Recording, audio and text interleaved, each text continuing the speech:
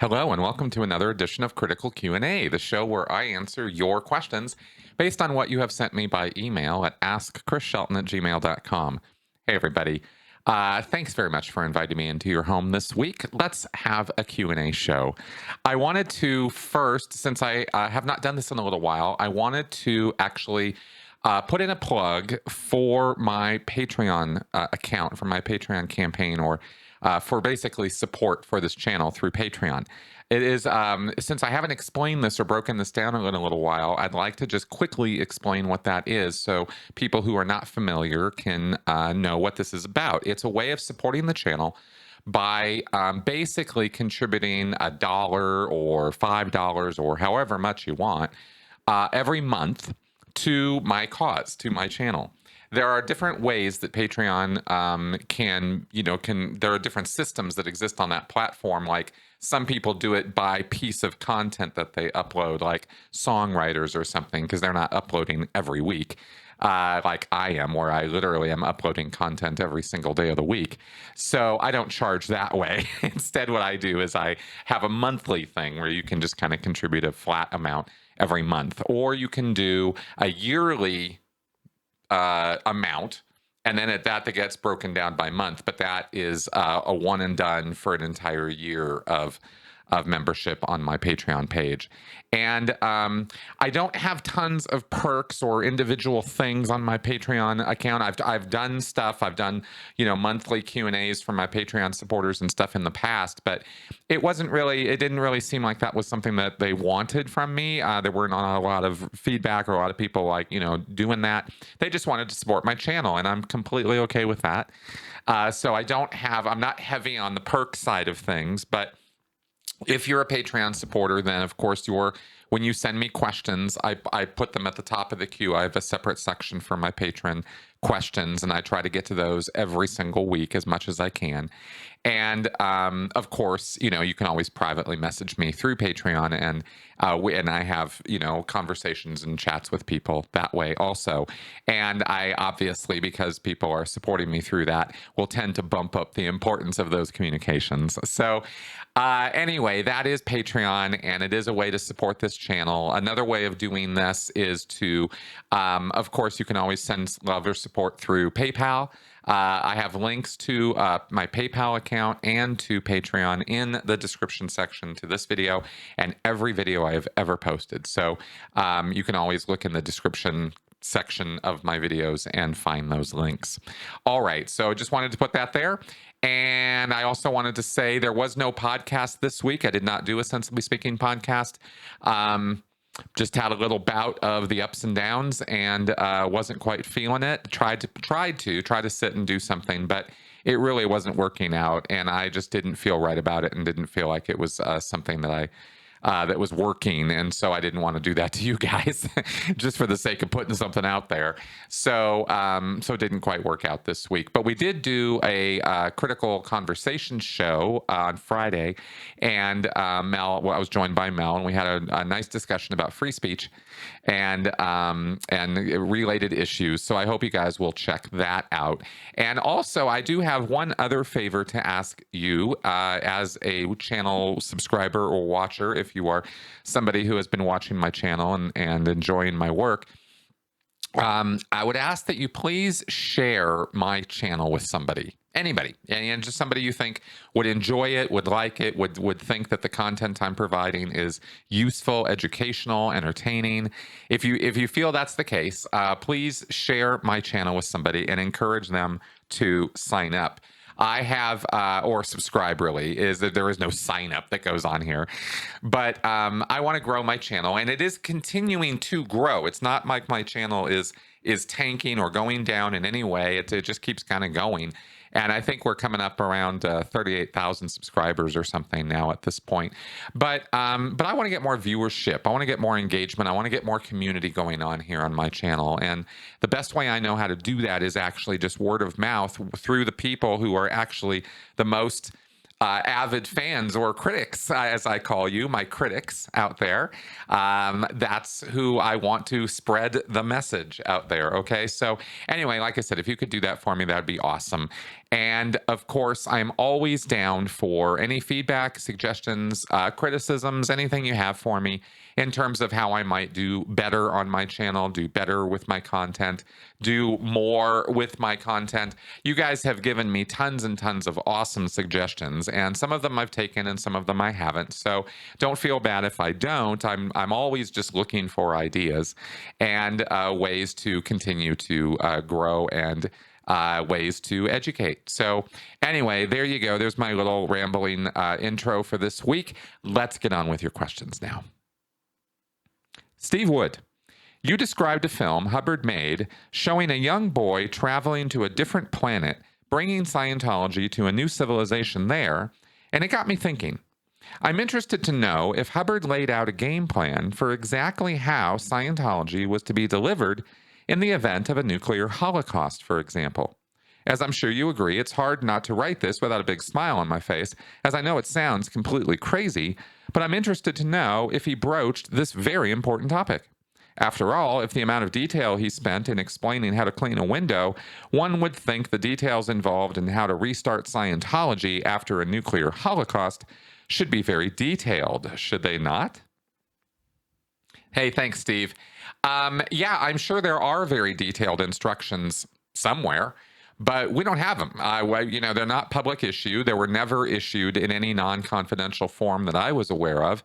And in fact, in looking into how this business of how Scientology has archived and stored and kept all of Hubbard's works on media that will survive a nuclear holocaust. I'm talking about steel plates and gold-plated, CDs and records and archival, NASA-level technology being used to store this stuff in airtight titanium boxes. I mean, these guys really went all out, and we've talked about this in detail on my channel with podcasts that I've done in the past with a guy named Dylan Gill, who used to work at the Church of Spiritual Technology and detailed what goes on there. So this archive thing is real, and it's very, very serious effort on the part of Scientology.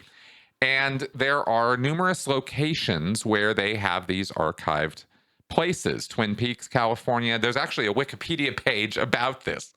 You can look up on Wikipedia the Church of Spiritual Technology, and you can find that they have numerous bases throughout the Western United States. Twin Peaks, California, Creston, California, Triple J Ranch in California, Petrolia, California, and Tulum, California, the Lady Washington mine, and finally Trementina, New Mexico, which is referred to as the San Miguel Ranch. So those are the locations we know of. There might be others. I know, for example, they had tried to set up a location in Wyoming, but that didn't, I don't know that that really flew. I don't think they could get the property, or something was wrong with that. Anyway, they have these sites, and these things are way out in the middle of kind of nowhere. The Twin Peaks place, for example, is up in the mountains of Big Bear, California, up in the mountains up there. So it's a little hard to get to. It's a little hard to find. They don't make them easy or accessible, and they also have all these locations fully confidential in the world of Scientology. Nobody in Scientology knows anything about this stuff, except what David Miscavige told them in the year 2000. He did a briefing. I think it was the first real open public briefing about these locations, and he didn't even specify the locations. He just showed pictures from them and talked about the archival project and what they were doing with it. And so all of this is about keeping Scientology around in the case of a nuclear war or some other similar Holocaust or, pandemic or whatever, some, viral thing. There's many, many ways that we could end up all killing ourselves and destroying the human race, or most of the human race. And so if that were to occur, Hubbard wanted life on this planet, whether it's humans or, what otherwise, to have Scientology. The idea that Scientology is the single most important thing in the universe is a very real and serious belief in Scientology. They take this really seriously. So, so Hubbard's words, Hubbard's lectures, Hubbard's technology is, as far as Scientologists are concerned, there isn't anything more important than preserving that so that future generations can take advantage of the knowledge and achieve the spiritual freedom and immortality that Hubbard promises, and thereby save civilization and make the quality of life for everybody, that much better and that much more true and real and all of that, according to the Scientology worldview. Okay, so they have this very, very serious goal to do this, but it's the best kept secret in Scientology because hardly any Scientologists even know that this is a thing. And if they do, they really don't know much in terms of the details. They only know that this stuff is stored in the briefings that have been given, which I saw. They talked about not only having L. Ron Hubbard's works preserved, but also taking all the dictionaries that Hubbard recommended, and there is a list of specific dictionaries from specific publishers that L. Ron Hubbard recommends as the dictionaries to have. For example, the Webster's Third New World Edition for young readers, Webster's Dictionary for Young Readers, third edition, I think, is one of the key ones. That's one of the most popular dictionaries in Scientology, all the way up to the Oxford English Dictionary, the big 10 or 12 volume compendium put out by the Oxford University Press that is the final source for, the definitive source for the English language. And everything, and they have various dictionaries in between. They have those stored there too, as well as grammar books, English books, things that would teach somebody how to read, what English is. I mean, there's some kind of symbolic documentation or instructions that were left in these vaults that, you wouldn't do all this work, spend millions, literally millions of dollars investing in the research and the development of archiving this stuff so that it will seriously last for thousands of years, and then not leave any instructions on what it's all about. So there are apparently illustrated or symbolic instructions that anybody could look at and understand how to open up these containers, how to open up this material, what it is, what it's for, how to utilize it. For example, they have these nickel-plated records and gold-plated CDs. I think the records are what's most important because they're literally just turntable records, except they're nickel plated and they have record players designed and in these vaults that are solar powered or hand cranked. And you can put your nickel plated L. Ron Hubbard lecture on the record, put the little needle on and crank it or get solar power and listen to, there's L. Ron Hubbard talking about, this, that, and the other thing 1,000 years from now. Right? So there were some people in a cave listening to L. Ron Hubbard telling them about engrams. I mean, that's the idea. That is the idea, is that people will be able to learn English. There will be, apparently kids' English books, Dick and Jane books, something like that. And a whole series of educational materials, encyclopedias, reference books, every single book that L. Ron Hubbard ever mentioned in his lectures or writings. I believe they also have copies of those up there. So, Golden Bow, maybe, Freud, some work from Freud or Jung that Hubbard's mentioned. I mean, Hubbard's mentioned a lot of authors in a lot of different places. So anyway, all of that stuff should be there or could be there. So as you can see, some thought was put into it. But after, the thing I want to highlight about this and the thing that's a little silly about all of this is that each of these vault locations has a symbol of two interlocking circles with a pair of diamonds inside each circle, or a diamond inside each circle. So there's two diamonds inside two overlapping circles. That symbol is etched or somehow put into the ground so that you can see it from up high. kind of like the Nazca lines down in down in Mexico or South America. You have these lines drawn, that look like um, airstrips or something, right? Well, here you have this great big symbol carved into the landscape around each of these vaults, visible from the air. You look at it on the ground, you can't really make out what it is, but up, you get 500 feet up, you can. What's that about?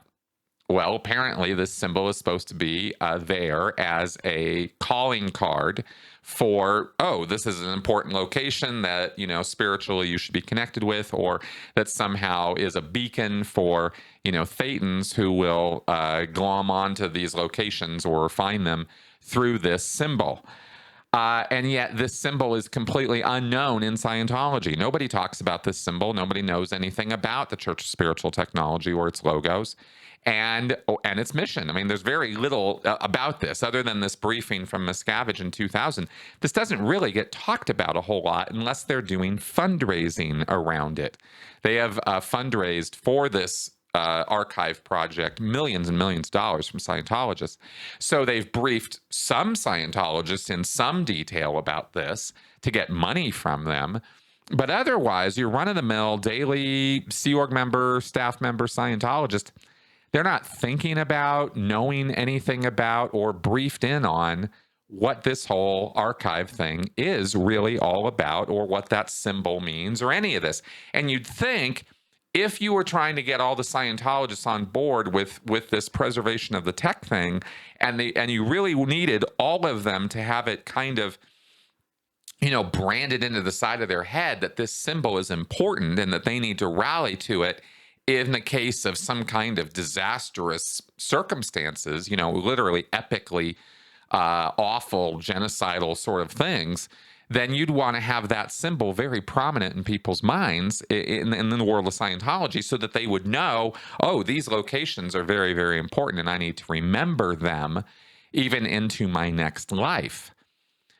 No such activity occurs in Scientology that I'm aware of. And I was in Scientology for decades. So, I learned way, way more about this entire subject, this entire project, and everything I'm telling you about it after I got out of the Sea Org, because it was the best kept secret when I was in. So, so the master plan to save all this stuff and ensure the future of Scientology seems to have a little bit of a fatal flaw in its execution. And this actually is yet another reason why I believe that David Miscavige is completely, totally, and 1000% couldn't give a shit about the future of Scientology or what L. Ron Hubbard actually intended for Scientologists. He doesn't care. Because if he did, you'd think that this project, which they are investing millions in, and which they are legally obligated to, by the way, because they told the IRS all about this when they got their tax exemption. And the Church of Spiritual Technology is one of the three key organizations that is what that forms the very foundation of what the Church of Scientology is. Because preserving the tech and preserving L. Ron Hubbard's words and lectures and all that, that's how Hubbard achieves immortality. And that was Hubbard's only real goal with Scientology was, I want to be immortal. And if my words and my intentions continue to be executed into the future, then I have achieved a kind of immortality because I will never be forgotten. I believe that's how L. Ron Hubbard was sort of approaching that topic. And, just based on what I've seen and read. So this is what ensures Hubbard's legacy. And to that degree, Hubbard or Miscavige is sort of obligated to keep this thing going. But in a practical sense, in a real world sense, in a, oh my God, what if there was a Holocaust tomorrow kind of sense, this whole project is just a big joke. It's just a big money hole. You just sink money into it. And, a very small number of Scientologists are working actively on this project. And by the way, this is the thing that Shelley is working on. If she's working on anything that we know about, it's this. It's working at the Twin Peaks facility of the Church of Spiritual Technology. So So this is what we believe she and a handful of other, very, very hardcore, dedicated Sea Org members, this is their life's work. But like, again, best kept secret, right? So not really, it's kind of one of those great big huge contradictions where you go, well, in order for us to continue to ensure this continues, everybody would have to know about it. You would want everybody to know about this stuff. But instead, this is one of the most confidential things in the world of Scientology. So there you go. And thanks for asking. Brentwood 84. I was curious when someone said they were a past life Sea Org member, if there is any vetting done. Or, like you said, they just see this person as an easy target for recruitment and just let the person say whatever they want. Once a Scientologist dies, what happens to all their auditing paperwork? Is it kept forever or tossed in the circular file? Seems like if they keep those kind of records, it would be easy to check up on someone's past life story. Oh, right. Thank you for this question. And actually, a couple questions here. And yes, there is vetting that is done, but it's not a sort of, it's not done in a way that they're going to tell the person, okay, well, we've determined because we can't find your past folders or any paperwork from the past life that you had, because we can't find any of that, we're going to call, bullshit on your claim. They don't do that. What they do is they say, okay, here's a guy who is saying he was a past life clear or a past life OT or past life Sea Org member. Now, clear and OT, much, much, much more important than if a person is saying they're a past life Sea Org member. Generally, nobody's going to go check up on or try to find your past folders or do any serious vetting of that. They might do a cursory vetting of it. But if you're saying that you're a past life clear or a past life OT, there's a process. There's actually written instructions from Hubbard that you are to get the person to tell what his name or what her name was from the past life. And then you go do a world, an international search for those folders. You try to find from the person, okay, and where were you, right? I was in England. I was in Copenhagen. I was in Australia. Okay, good. Try to narrow the target down a little bit. But folders move around all the time. They get shipped all over the place. People move around all over the place in non-obvious ways. People have gone from America to go get auditing in South Africa, for example. And when you do that, your folders get shipped down to South Africa. So all your folders could be down there, even though you live in the States, right? I mean, weird things like that can happen.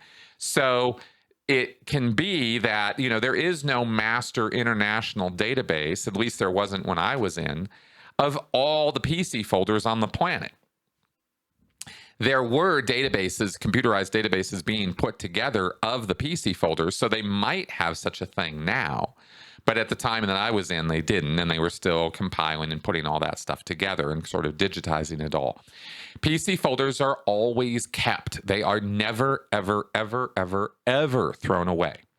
There have been fires. There have been problems. There have been, ways that floods. There are ways that hard copy, paper, cardboard, PC files have been destroyed, but they are not ever purposefully destroyed. They are kept, and a great deal of money and time is spent organizing and storing these things. There are warehouses in Los Angeles and in Clearwater where they just have stacks and stacks and stacks of these things. And like I said, they have them all barcoded now and scanned into a computer system. So here you are, you're Joe Blow, and you're like, okay, yeah, I think I was in the Sea Org before. Okay, cool. Well, let's get you signed up now and let's get you back, and they'll recruit you really hard to get you back in the Sea Org if you're qualified this lifetime for it. And if you are, are the kind of person who is into telling recruiters things like that, then you kind of deserve what you get, because everybody knows in Scientology, you do not talk to recruiters.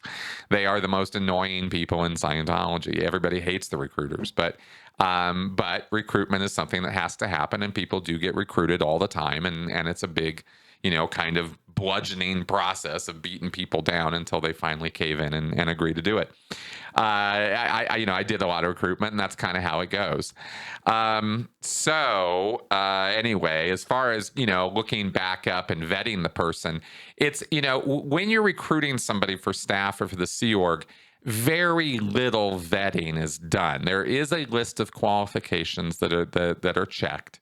With the Sea Org specifically, the biggest vetting is no LSD or any derivatives of LSD, angel dust, and any hallucinogenics or serious, psychotropics are going to be looked into very carefully, because Hubbard was crystal clear about that. No one can join the Sea Org who has ever taken LSD. So they're really, really stringent about that. Finding your past life folders, if you claim to be a past life Sea Org member, it isn't huge on anybody's radar. Because it's not crucial to your future as a Sea Org member. Your case level doesn't matter. Your past life status as a Sea Org member doesn't really matter. What you're doing in the here and now is what they care about. If you're a past life clear or a past life OT, well, this means you're jumping the line and you're saying, hey, I'm already there. And so they're going to want to check that out, because that's the case where they're going to lose money, right? Because you're going to not have to get the auditing to get to clear, or get that auditing to get to OT. And that's what they're going to want to check into. Because remember, at the bottom of this whole thing, and at the end of the day, it's all about the Benjamins. It's all about getting that money, separating you from your money. So that's why there's a lot more vetting when it comes to past life clear and OT. Okay, so those are the answers to your question, Brentwood84, and I hope that was useful to you. Jeremy White. I was wondering if it would be possible for someone to infiltrate Scientology, work their way up the ranks, and expose or bring down those within, up to or including DM. I'm thinking of undercover detectives, spies, or even actors who can truly convince people that they are legitimate. Thoughts? All right, Jeremy, thank you for this. I have addressed this in the past as well, because this comes up from time to time. And my answer has always been pretty consistent on this, which is it is a fool's errand to do that. In order to infiltrate Scientology and get to the level of David Miscavige and get evidence on David Miscavige specifically and personally, it would require a minimum investment of 2 to 3 years of somebody's life, because you're not going to get to David Miscavige's inner circle right away. Nobody does. There's a lot of loyalty hoops and tests you have to jump through.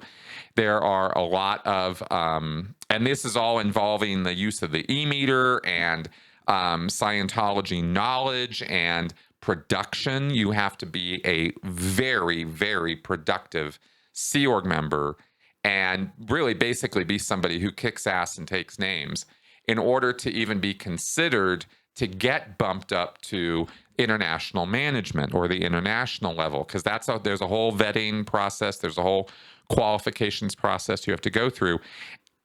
And this also involves at least a year, if not 2, of very serious production, right? They don't just let anybody up to the international base or those levels.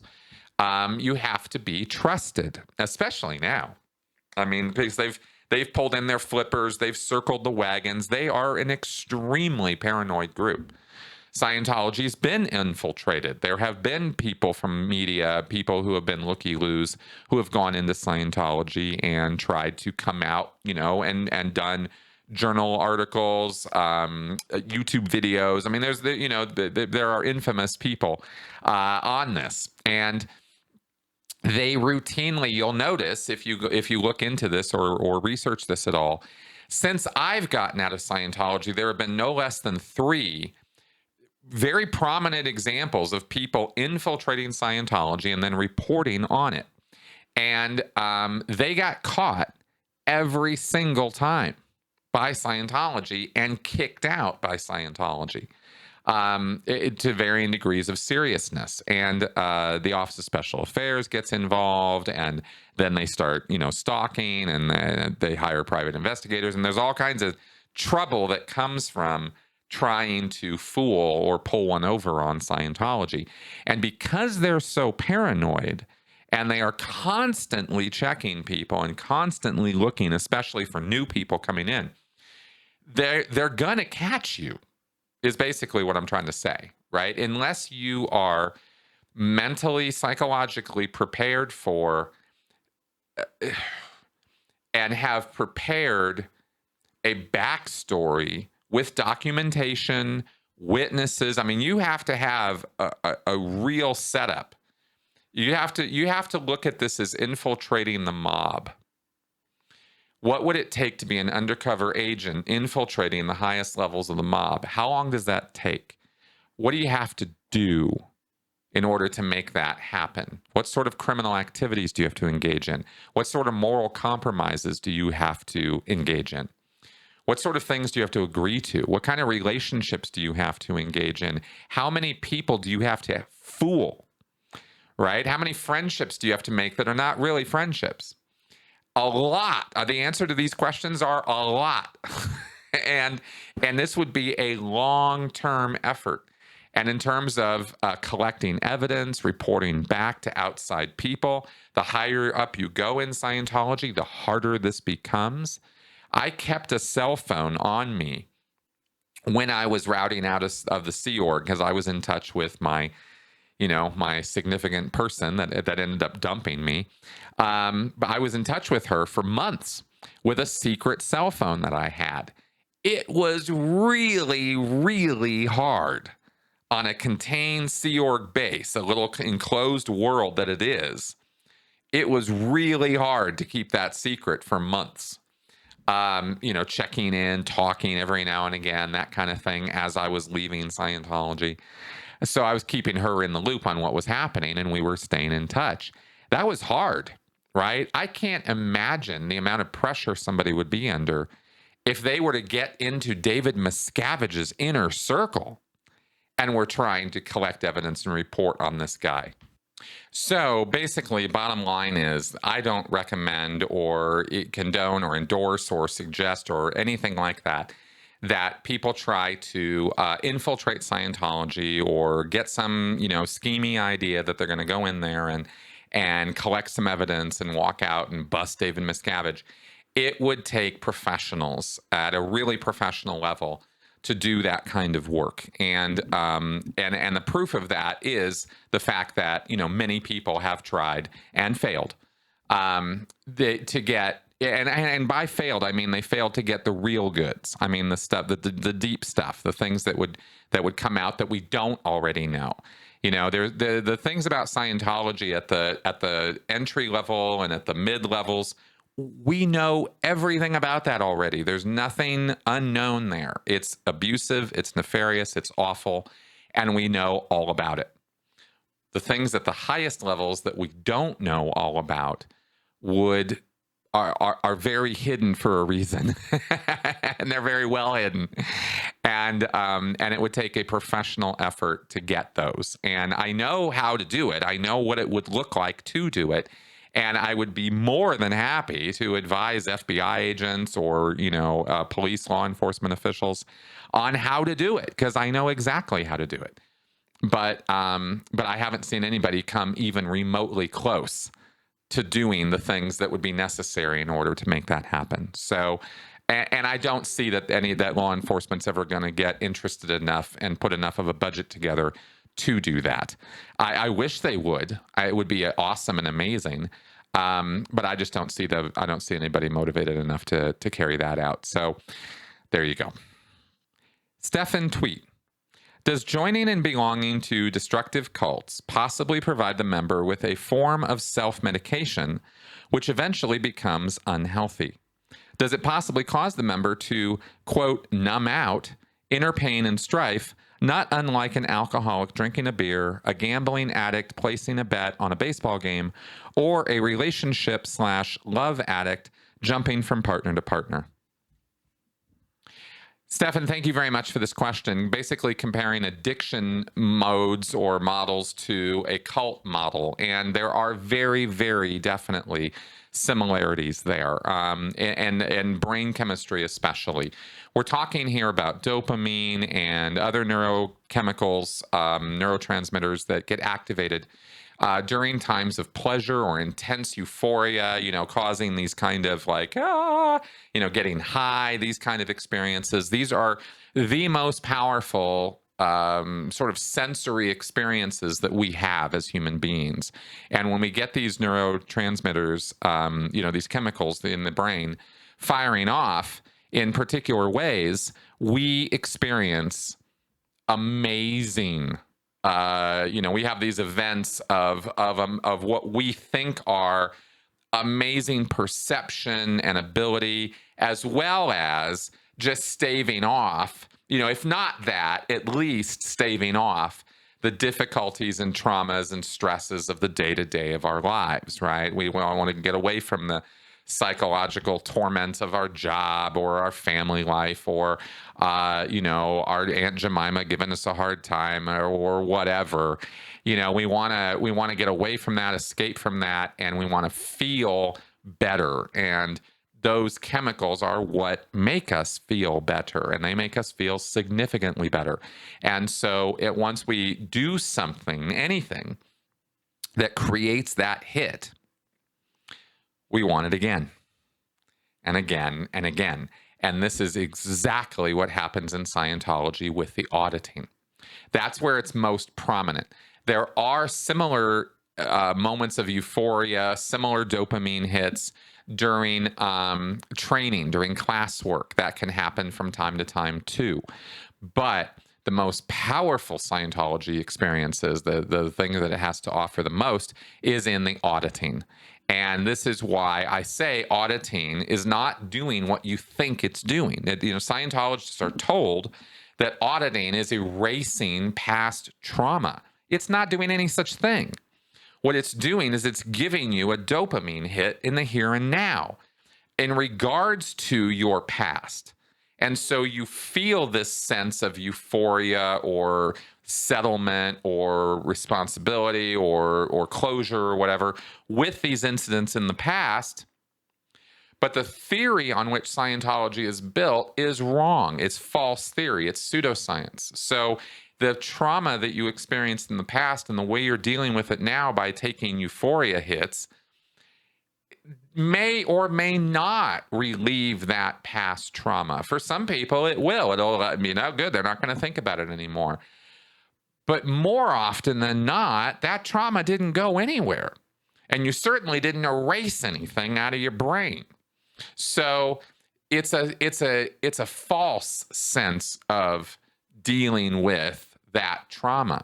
You haven't really dealt with it, unless through the process of the auditing, you came to also sort out the causative elements of that trauma, work out your own responsibilities, other people's responsibilities, work out the associations and the identifications and the attachments that were involved in that. I mean, there's all these psychological principles that you can bring into this that are what you're really trying to do when you're sorting out PTSD or complex PTSD or trauma, is you're trying to do quite a few different things. You're trying to do a lot more than just feel good about it.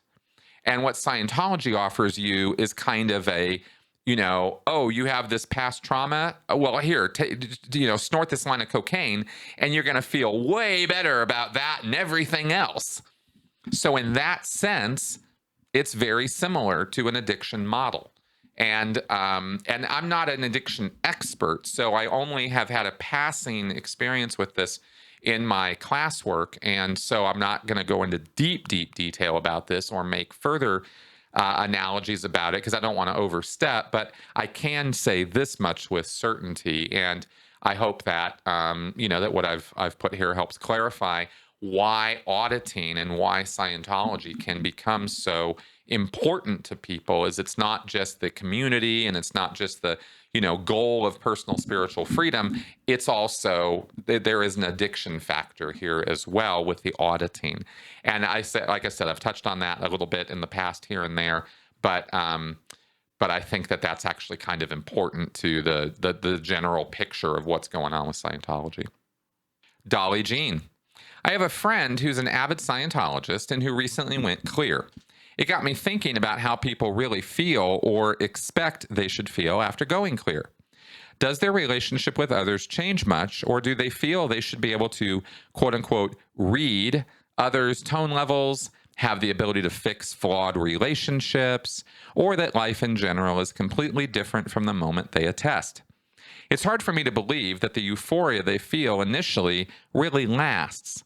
And if that's the case, do they feel a sense of letdown, or do they just ignore it and shrug it off, explaining it away to something else? Also, somewhere in my delving into Scientology a few years back, I remember reading in one of LRH's books about it being ideal that both parents are clear before having children, because of it setting them up in the right environment from the moment they are born.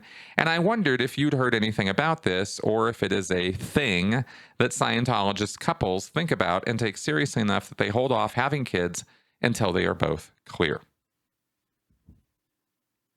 Hey, Dolly, thank you for these questions.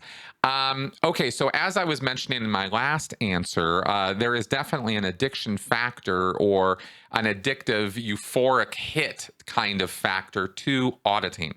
And that very much applies to hitting the state of clear, because that is a major milestone in one's progress up the bridge to OT and Scientology. So clear is a big deal. Has been since Hubbard started talking about it back in 1950.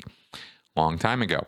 So clear is this big goal, and people really go for it. And when they get there, they feel how they're supposed to feel. Oh my God, this is amazing. This is wonderful. This is great.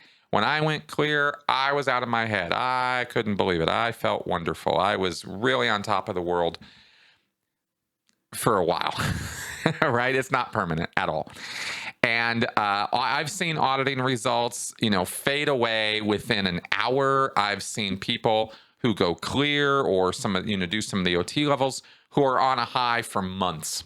They're just, nothing's touching them for weeks or months. They're just like, but eventually they all come back down. And how this gets explained, of course, is that until you get all the way up to OT8, you got a case. You got this stuff you got to deal with from your past. You have all this trauma. Engrams, locks, secondaries. That's what they call it in Scientology. I keep calling it trauma. They don't do that in Scientology, by the way. I just keep using these words because they're more English understandable terms. In Scientology, they don't talk about trauma. They talk about engrams and locks and secondaries and charge and case. They talk about your case. Your case is the sum total of all your bullshit, all the crap you've been carrying around with you that's not you, or some part of you, or the upsets you've had, the disagreements you've had, the fights and the trauma, right? All that kind of stuff. So they believe that they're going back in their auditing, and they're erasing their past trauma, that it's going away. Well, they're addressing a lot of trauma, quote unquote, that never existed, stuff in past lives, crap like that. So it's really an exercise in, well, as John Atack calls it with hypnotism, guided imagination. It's really, Scientologists are really sitting around for the most part, imagining things that have happened to them, and then erasing those imaginations, those imaginative events. So how much, how much is that supposed to really do for you? In terms of lasting psychological gain, not a lot. It'd be like sitting around if in your living room imagining stories, which can be fun, but to imagine that you're going to relieve stress with that, or you're going to actually deal with relationship issues, personal issues, depression, anxiety by sitting around imagining stories. I mean, that just doesn't, these two things don't really connect very well. And that's really, at the end of the day, what you're really doing with auditing is you're just sitting around imagining stuff for the most part. Unless you're dealing with this lifetime stuff, and in that case, you're talking about it, but you're not really addressing, identity issues or relationship issues or emotional issues. You're doing everything through this lens that Hubbard offers, and that's not much of a lens at all. Anyway, so as far as the euphoria and the letdown and all of that, Scientologists basically explain that by saying, well, I've got more case and it's keen in now. That's a term they use. It's keen in, it's coming in on me, and it's affecting me, and I'm feeling bad because of it. And I need more auditing. right? And then when you get to OT8, when you're supposedly done with all of the negative case gain and you've gotten rid of all of your case, that's the point when the euphoria shouldn't really stop. But of course it does, because it's all just a fantasy. So anyway, I don't know, that's what I can say about that.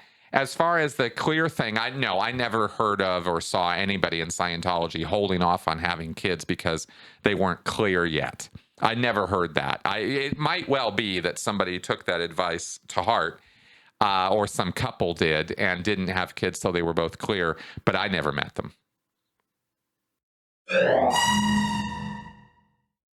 All right, let's do some flash answers. Logamug. What was your most effective way of getting people to flunk TR0 bull baiting sessions? There were a couple things I could do that were surefire flunks if I was bull baiting somebody. And remember, bull baiting is where you sit across from somebody and you try to push their buttons and get them to react. It's a communications drill. It's an exercise that's done as part of the communication training in Scientology. So if I'm sitting across from you and I'm trying to get you to crack up or laugh or otherwise react, I can take my fingers and shove them at your eyes. I don't touch you. I almost touch you, right? I get right up on you. Boink, boink, boink, right? Zing, zing. Do some Three Stooges action or something like that on you. Make it like I'm gonna get really close to you, right? I can get almost anybody to react doing that, even if it's just a little bit of blinking. Flunk, you blinked, just clap in somebody's face, like right up on them, right? Clap really hard, really loud. They'll blink. Yes, they will.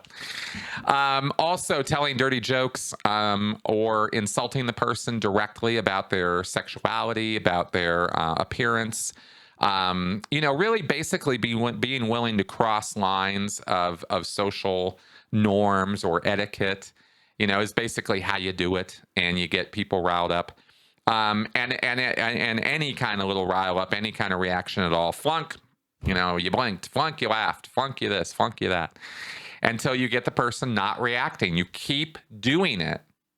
You keep clapping in their face, making like you're going to take their eyes out, telling dirty jokes, saying nasty things about them, insulting them, and you keep doing it. You keep saying the same things over and over again until they're not reacting anymore. And then you move on to the next thing and the next thing and the next thing. And as a supervisor, I checked out tons and tons of people over the years on bull bait. I had to be the one to give them a final pass on it. So I was kind of tough. But I also knew that I had to draw a line somewhere, because I could make somebody sit there and react forever. There's always things you can do to push people's buttons, but you do want to get them through the drill too. So I wouldn't push too hard on some of those things sometimes, because I wanted to give the person a win too. Anyway, that's some experience with that. Dylan Chatterton. I recently came across a product called CalMag that is for plant health. I've also seen some supplements called CalMag that support bone health. I couldn't help but wonder, what do ex-Scientologists think of the CalMag drink that is so popular when one is in Scientology, such as doing the Purif? When you were in, did you drink it regularly despite the horrid taste, and believe that it was super important for your health? Do you or any ex-Scientologists still take CalMag supplements or drink it? Just curious. Hey, Dylan, you're talking about CalGag. And no, I don't drink it. I don't want to have anything to do with it. Not because, just because I don't drink it.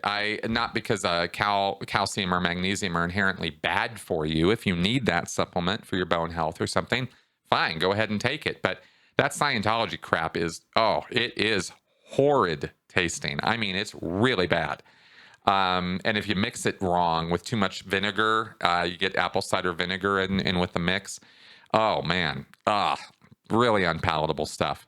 So I was never a really big fan of CalMag in or out of Scientology, and I don't know too many people who. I think I've seen one or two references over the years to people drinking it or having something, going and getting some CalMag for something. Alex C. Regarding the Pacific Area Command Base, it's a pretty big place. My curiosity centers around the main big blue building, which I believe is about 8 stories tall, not counting the basement. It's a big building. What's actually taking up all that space? Are there abandoned rooms, or is the whole thing being used? Finally, are the birthing spaces up to the same standards as the public-facing spaces? Thanks for this question, Alex. Very quickly, it is a birthing building almost exclusively. I believe all the rooms are used, or almost all of them. There are storage spaces throughout the building. There are also furniture storage spaces. You know, there's rooms that just have broken down beds and dressers and stuff like that in them. You also have some office spaces in that building on the lower floors, the basement level, first floor. That's where the galley is, where they prep all the food. The main mess is on the first floor of that building. So we all went there to eat every single day. INCOM, the International Network of Computer Organized Management, the computer guys, the high-level computer guys in Scientology, have an office space in the basement of that building. Security is in the basement of that building. The security control center is there. The uniform supply area, there's the uniform exchange is also in the basement. There's engineering spaces. In the lower levels, you actually have direct access to a bunch of pipes and engineering spaces and stuff there too. But most of the space, easily 90% of that building, is birthing. It's just beds and rooms that people are sleeping in, either couples rooms. When you get married, you get your own room, or dorms where they have, you know, beds stacked up 2, 3, 4 high. And the spaces are absolutely not anywhere near the level of the public-facing spaces. The renovations and work that's done on the birthing spaces is perfunctory, if done at all.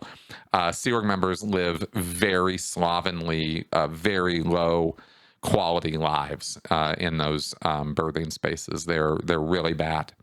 So yeah, that's what I can say about that. All right, guys, thank you very much for coming around and watching the show this week. I enjoyed answering your questions, and I enjoy looking forward to answering more. So send them to me. AskChrisShelton@gmail.com is the email address, and keep them coming. I really want all of you guys to have the answers you want, so keep sending me the questions that you want answered. All right, guys, I will see you next week. Bye-bye.